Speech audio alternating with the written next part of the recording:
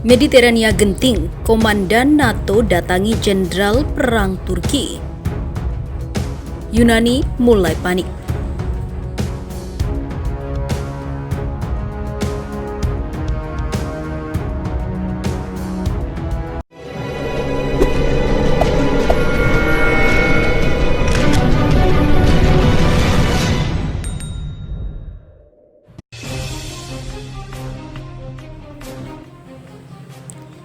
Di tengah memanasnya konflik sengketa maritim di perairan Laut Mediterania Timur, Panglima Perang North Atlantic Treaty Organization atau NATO, atau dalam bahasa Indonesia Pakta Pertahanan Atlantik Utara, Jenderal Stuart Peach mendadak gelar pertemuan dengan Jenderal Perang Turki Hulusi Akar.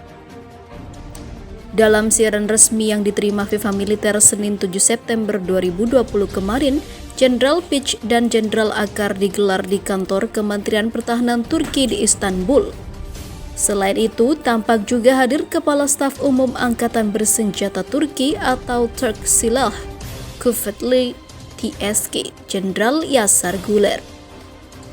Jenderal Peach yang kini menjabat sebagai Ketua Komite Militer NATO mendadak bertemu Menteri Pertahanan Turki itu untuk membahas situasi keamanan terkini di Laut Mediterania Timur. Menurut Jenderal Akar, dalam pertemuan itu ada beberapa poin penting yang disampaikan Jenderal Peach. Di antaranya, dia menyerukan semua negara yang terlibat dalam konflik untuk segera melakukan dialog. Kemudian, semua negara pantai Mediterania Timur Turki yang mendukung pendekatan yang mempertimbangkan hak sesuai dengan hukum internasional, mementingkan hukum internasional, perjanjian bilateral, dialog dan hubungan bertetangga yang baik mengenai solusi masalah. Perlunya negara lain untuk melakukan pendekatan terhadap masalah ini dengan cara yang tepat dan sesuai dengan semangat aliansi.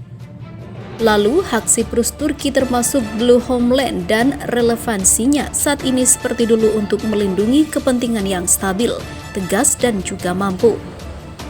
Bahwa memenuhi kewajiban mereka sepenuhnya di NATO Turki selama ini, maka hal itu akan terus diungkapkan.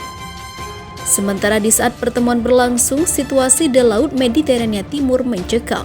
Baik Turki dan Yunani sama-sama telah mengerahkan pasukan perang di perairan bersengketa. Bahkan saat ini Turki telah menggelar 2 operasi latihan secara bersamaan. Yang pertama, operasi Naftek dengan mengerahkan kapal perang mengawal kapal seismik Oruk Reis, dan operasi ini baru saja diperpanjang hingga 11 September 2020.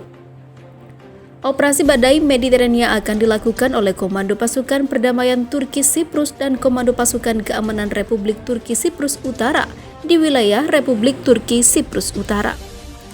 Dalam operasi itu, Turki akan mengerahkan jet-jet tempur dengan melibatkan elemen penerbangan hitam. Tak cuma latihan perang, tapi dalam operasi itu juga akan dilangsungkan latihan operasi pencarian dan penyelamatan gabungan.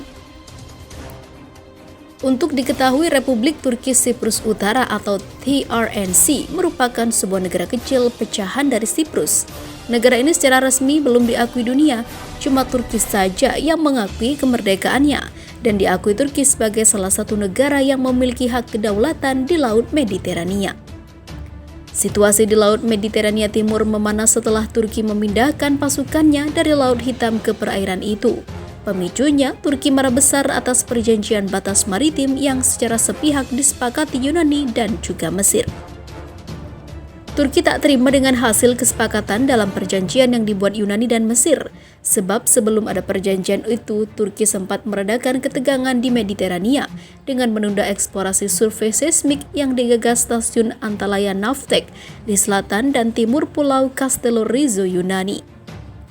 Turki menunda semua aktivitas seismik untuk menghargai penolakan yang dilayangkan Yunani terkait zona ekonomi eksklusif atau ZEE. Namun setelah Yunani dan Mesir menandatangani perjanjian ZEE, Turki juga nekat melanjutkan survei dengan kembali melayarkan kapal Oruk Reis dengan dikawal kapal-kapal perang. Di sisi lain, Presiden Prancis Emmanuel Macron jadi salah satu pemimpin negara Eropa yang paling lantang menyorakan perlawanan terhadap Turki. Tak segan Macron mengerahkan kekuatan militer Prancis untuk mendukung Yunani yang tengah terlibat konflik wilayah dengan Turki.